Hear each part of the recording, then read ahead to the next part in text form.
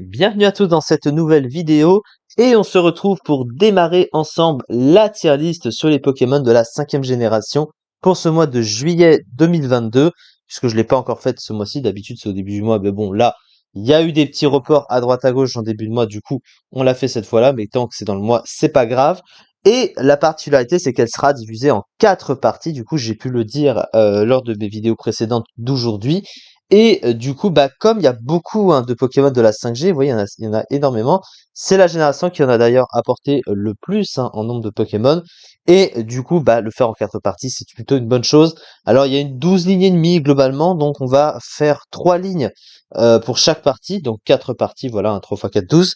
Bien sûr, donc on va partir tout de suite. Les critères pour la tier list ne changent pas par rapport à toutes celles que j'ai déjà faites. Donc du coup, en premier lieu, désolé. Tout en haut, du coup, on a les Pokémon de la 5G qui font donc partie de mes Pokémon préférés. Ceux qui ensuite sont très cool et très stylés sans faire partie de mes préférés forcément. Ceux qui sont dans le moyen de gamme. Ceux qui m'intéressent pas particulièrement sont donc bof, Osef. Et ceux qui n'ont rien à faire complètement dans Pokémon vont dans ça dégage.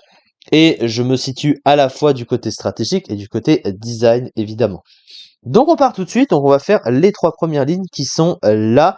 Donc de Victini jusqu'à Betochef, on va partir avec Victini. Et ça commence très très bien. Alors c'est la particularité, parce que dans l'ordre du Pokédex, Victini arrive avant les starters, alors que d'habitude c'est d'abord les starters tout de suite. Victini, évidemment, c'est un Pokémon super stylé, Alors c'est pas un de mes Pokémon préférés, mais honnêtement 5G c'est vraiment un des meilleurs, un des plus beaux. Et il est extrêmement fort avec son fameux coup victoire, évidemment. Donc voilà, il mérite largement cette place, on est d'accord. Alors, la famille des starters maintenant. Alors, on commence avec celle de Majaspic, avec Lianaja et Vipellière, qui est une très belle famille. Majaspic est super beau, et il est connu en stratégie avec son talent contestation, bien évidemment. C'est pas un starter que j'ai souvent joué, on est d'accord, mais il est quand même beau. Donc je pense qu'on peut le mettre dans très cool, très stylé avec sa famille parce que c'est une famille de starters que j'aime bien. Alors pour la famille de Roitiflamme, là par contre c'est complètement l'inverse. C'est la famille de la 5G en starter que j'aime le moins parce que Roitiflamme, enfin toute la famille est très moche déjà. Et Roitiflamme est tellement mauvais en combat. En tout cas, il est vraiment pas ouf. Alors, il est pas très très bas dans les tiers, mais il est quand même pas ouf. Donc voilà. Ensuite, alors Clamiral, Mateloutre et Moustillon. Clamiral qui est très stylé comme Pokémon. Honnêtement, c'est pas un Pokémon hyper fort en stratégie, mais quand même, je le trouve beau. C'est vrai qu'il n'y a pas trop de cohérence entre Mateloutre et Clamiral, mais bon. Globalement, je les trouve stylés tous les trois, donc on va les mettre dans très cool, très stylé. Voilà. Ensuite, du coup, alors on a la famille, donc Ratentif et Miradar. Alors Miradar, c'est historiquement un des pires Pokémon du jeu. En plus, il est très moche, je le trouve pas beau du tout. Donc j'aime pas beaucoup la couleur des yeux en fait. Les yeux avec une alternance rouge et jaune comme ça. Je sais pas, j'aime pas. Moi, ça c'est vraiment, j'aime pas le design. Et puis il est tellement nul en combat, bref, bof aux F. Ensuite, la famille Mastouf, Ponchien et Poncho, qui est une famille que j'apprécie plutôt bien. Poncho est mignon, Ponchien est stylé. Mastouf est pas extrêmement fort en combat, il est assez bas dans les tiers, mais il y a quand même quelque chose. C'est pas un Pokémon que je déteste, donc je pense qu'on va mettre la famille dans moyen tiers.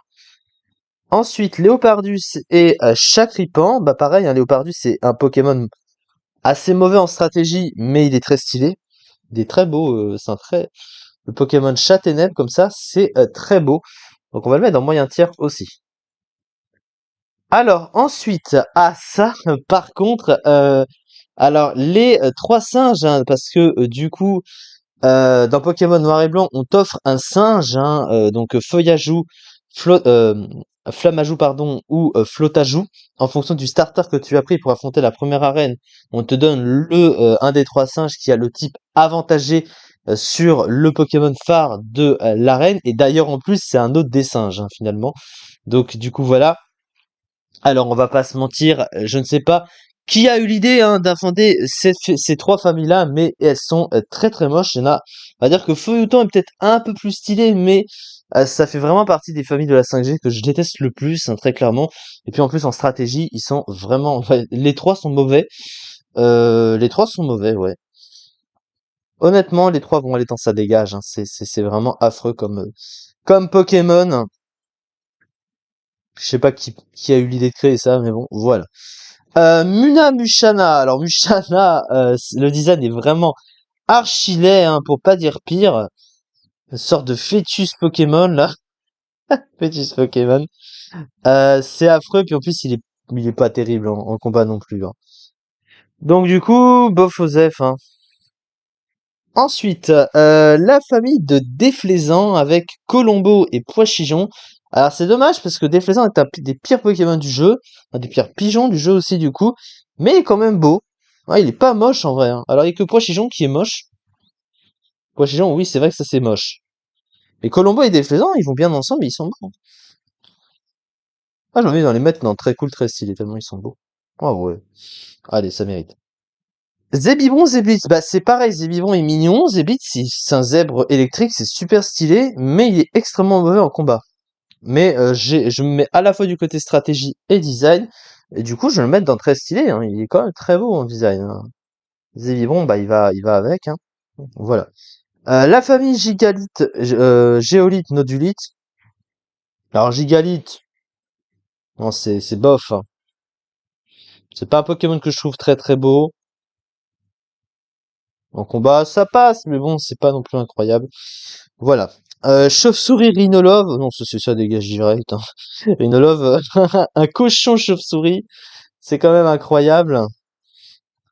En plus, en stratégie, c'est un des pires Pokémon du jeu, donc non. Minotaur Prototope. Ah, enfin, un de mes Pokémon préférés. Alors, Minotaur, ah, pour ceux qui connaissent, hein, il est tellement fort en stratégie, c'est un des meilleurs Pokémon d'aventure en 5G. Surtout que Rototope, tu l'as assez tôt hein, dans une des grottes, hein, des premières grottes du jeu. Je me souviens. Ah, j'adore Minotaur. Hein. Il est tellement beau et tellement fort que ouais, c'est un de mes préférés, puis c'est un type acier, donc voilà, hein, c'est mon type préféré. Ensuite, non mais oui, méga non mais oui. Allez, ils ont mis les mégas. Bah en 5G, il y a que méga non mais oui. Hein. Il y a pas d'autres mégas. Hein. Alors clairement, c'est ça dégage. Hein. Le Pokémon, c'est un des rares cas où la méga évolution est aussi mauvaise que l'ancienne forme et encore plus laide que l'ancienne forme. Et sachant que non mais oui, c'est un des pires Pokémon du jeu. Voilà, hein. On peut pas dire pire. Ensuite, et du coup, bah, c'est la dernière, du coup, de la vidéo, puisqu'on s'est arrêté, j'ai dit qu'on s'arrêtait à Bétochef pour cette fois. Alors, Bétochef, Ouvrifière et Charpentier, une famille que je trouve très stylée. Faut le savoir. C'est pas une de mes familles préférées, mais j'adore jouer Bétochef, il est très fort en combat. Donc, honnêtement, puis les deux autres vont globalement ensemble, donc très cool, très stylé. Et du coup, voilà, on a fait la première partie, donc on a fait 3 lignes. Donc il nous restera 3 autres parties à faire pour faire cette tier list sur les Pokémon de la 5e génération. Donc les autres parties seront bien sûr diffusées dans le courant de la semaine. Merci beaucoup en tout cas de m'avoir suivi pour cette vidéo et à très vite pour la suite, bien évidemment.